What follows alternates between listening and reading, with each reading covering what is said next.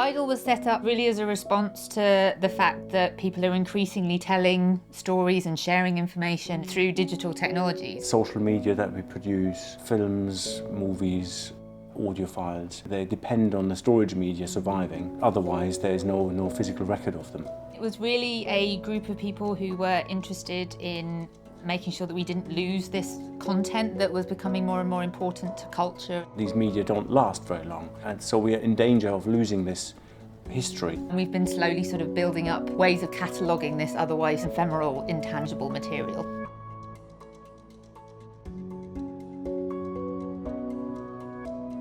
Last year in 2020, there was a massive solar flare. The solar flare hit us and meant that all our media was actually erased. Any material that was stored digitally got lost. The data is so corrupt that we have hardly anything left.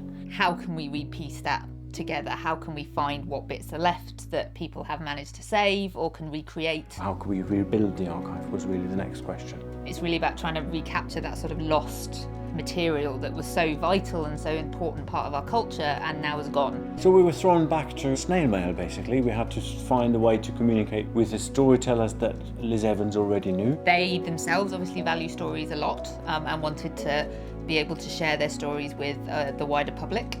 And so we sort of issued them a challenge and gave them a gift. We developed something that we could send in the post, so we could request engagement but also receive what people produced for us. And that's where the storytelling box comes in. We selected several elements that people can explore in the story box. Adipat Verdi wrote a story for us that we then put into the box. And also elements that's outside of the story, such as tea bags. We put the tea bags in for them to enjoy the process of recording the story. The challenge was for them to send us a story that they could recreate from their past work. They're just good stories, you know, they're captivating, they're engaging, regardless of the archive and what we wanted. So there's this really nice intimacy where there's just this voice talking to you and telling you this story and passing this story on to you. And that's what we really wanted, to build up an archive of stories that storytellers want to tell. So that's been really nice, the kind of intimacy of quite a simple form of storytelling, but very powerful and very effective and very captivating.